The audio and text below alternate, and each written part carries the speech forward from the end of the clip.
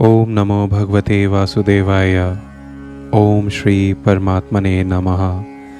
मैं शरद शर्मा आप सभी का अभिनंदन करता हूँ, आप सभी को प्रणाम करता हूँ, आप सबको बहुत बहुत धन्यवाद देता हूँ। अभी तक हमने श्रीमद् भगवत गीता के विशिष्ट संस्करण गीता प्रबोधिनी, जो कि स्वामी राम सुखदास जी द्वारा लिखित है और गीता प्रेस गोरखपुर पर उपलब्ध है, हमने इसमें अध्याय 12 चैप्टर 12 के 16 श्लोकों का अनुपाठन किया, श्रवण किया, उनका हिंदी अनुवाद समझा और स्वामी राम सुखदास जी के द्वारा लिखी गई व्याख्याओं का हमने श्रवण किया, उन्हें समझा और आशा है कि हम अपने जीवन में भी उन चीजों को इम्प्लीमेंट करेंगे। अध्याय 12 में 20 ही श्लोक हैं, तो 16 हम अभी तक कर चुके हैं।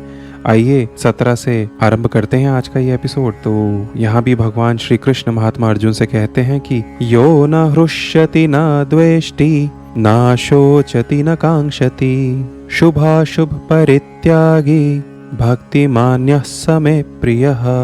यहाँ श्लोक 17 में भगवान श्री कृष्ण महात्मा अर्जुन से बोले, यो न हृष्यति न द्वेष्टि न शोचति न कांक्षति शुभाशुभ परित्यागी भक्तिमान्यः स मे प्रियः।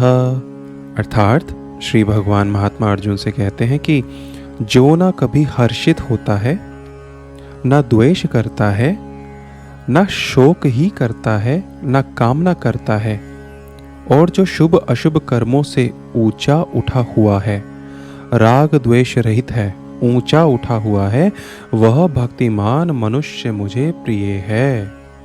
हमारे स्वामी राम सुखदास जी इसमें व्याख्या करते हुए लिखते हैं कि हर्ष और शोक, राग और द्वेष ये द्वंद्व हैं। भक्त में कोई भी द्वंद्व नहीं रहता, वह निर्द्वंद हो जाता है। उसके संपूर्ण कर्म राग द्वेष से रहित होते हैं। आगे देखिए, भगवान श्री कृष्ण महात्मा अर्जुन से कहते हैं, समशत्रौ च मित्रे च तथा मानापमानयोः शीतोष्ण सुख दुःखेषु समसंग विवर्जितः। चैप्टर 12 श्लोक 18। समशत्रौ च मित्रे च तथा मानापमानयोः शीतोष्ण सुख दुःखेषु समसंग विवर्जितः।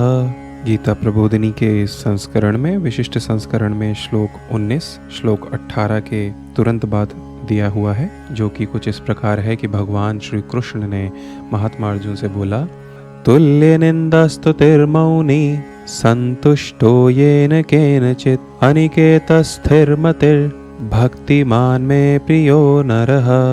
चैप्टर 12 श्लोक 19।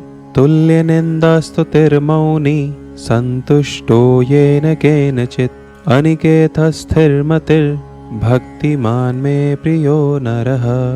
अर्थात जो शत्रु और मित्र में तथा मान अपमान में सम है और शीत उष्ण यानी कि शरीर की अनुकूलता प्रतिकूलता तथा सुख दुख मन बुद्धि की अनुकूलता प्रतिकूलता में सम है एवं आसक्ति रहित है, और जो निंदा स्तुति को समान समझने वाला मननशील, जिस किसी प्रकार से भी शरीर का निर्वाह होने न होने में संतुष्ट रहने के स्थान तथा शरीर में ममता आसक्ति से रहित है और स्थिर बुद्धि वाला है, भगवान श्री कृष्ण यहाँ कहते हैं कि वह भक्तिमान मनुष्य मुझे प्रिय है।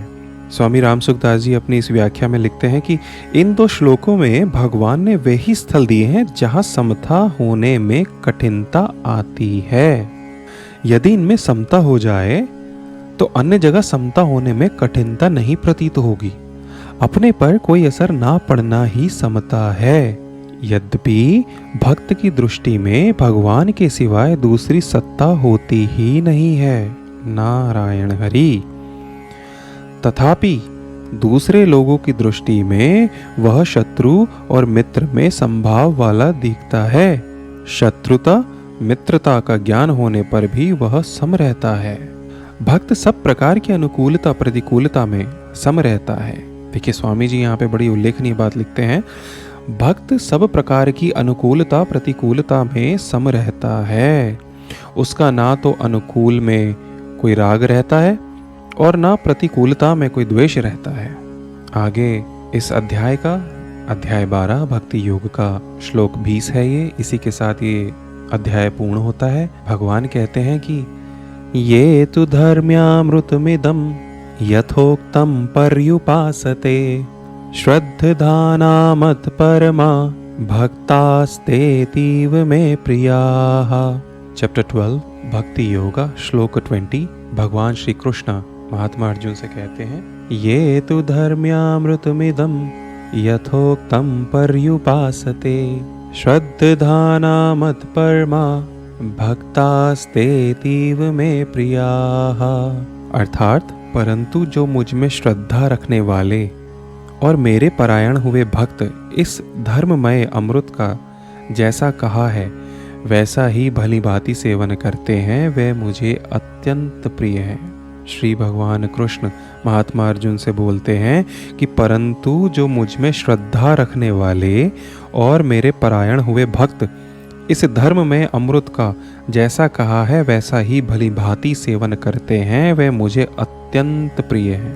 व्याख्या में हमारे स्वामी राम सुखदास जी लिखते हैं कि भगवान ने सिद्ध भक्तों के 39 लक्षणों के 5 प्रकरण कहे हैं। 39 मतलब 39।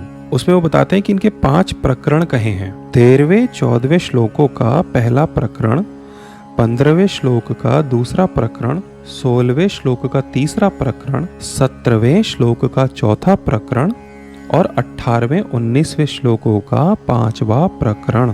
प्रत्येक प्रकरण के लक्षण धर्म्यामृत हैं। साधक भक्त जिस प्रकार के लक्षणों को आदर्श मानकर साधन करता है उसके लिए वही धर्म्यामृत हैं। ऐसे साधक भक्त भगवान को अत्यंत प्रिय होते हैं। श्रद्धा साधक में होती है। देखिए स्वामी जी यहाँ पे हाईलाइट कर रहे हैं, श्रद्धा साधक में होती है। श्रद्धानाः रेफरेंस देते हैं वो श्लोक 20 का। श्रद्धानाः सिद्ध में श्रद्धा नहीं होती, प्रत्युत अनुभव होता है। सिद्ध का ये बता रहे हैं कि श्रद्धा नहीं, एक्सपीरियंस ज्यादा होता है या एक्सपीरियंस ही होता है, क्योंकि उसके अनुभव में एक परमात्मा के सिवाय अन्य कुछ है ही नहीं, सब कुछ परमात्मा ही है।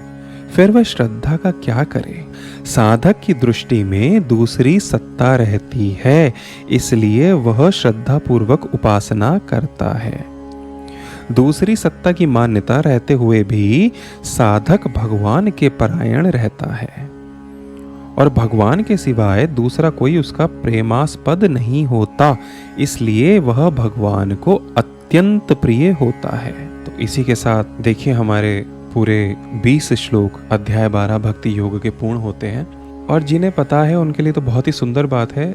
जो पहली बार भगवत गीता से जुड़ रहे हैं, जानने का प्रयास कर रहे हैं, श्रवण कर रहे हैं, या अभी तक उन्होंने कोई ऐसा प्लेटफॉर्म ज्वाइन करा है जैसे learngita.com है, या और जिनको या तो नहीं पता उनको ये बताना अनिवार्य है यहाँ पे कि जो भी भगवत गीता का एक अध्याय होता है, चैप्टर होता है, वो जो पूर्ण होता है उसके नीचे एक छोटा सा पैराग्राफ होता है जो एक तरह से कंक्लूजन डिक्लेयर करता है, उसे हम पुष्पिका कहते हैं।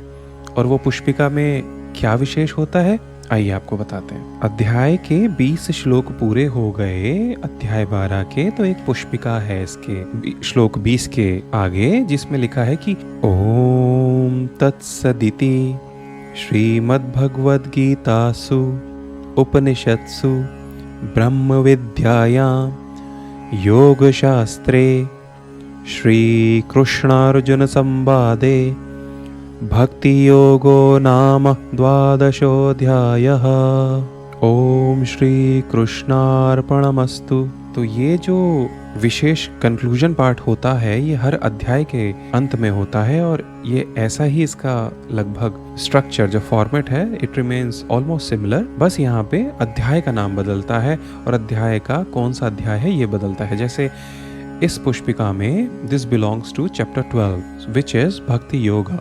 So it says Shri Krishna Arjuna Samvade Bhakti Yogo Nama, and then it tells about the chapter number which is Adhyay 12 Dwadashodhyayah. I reiterate this thing.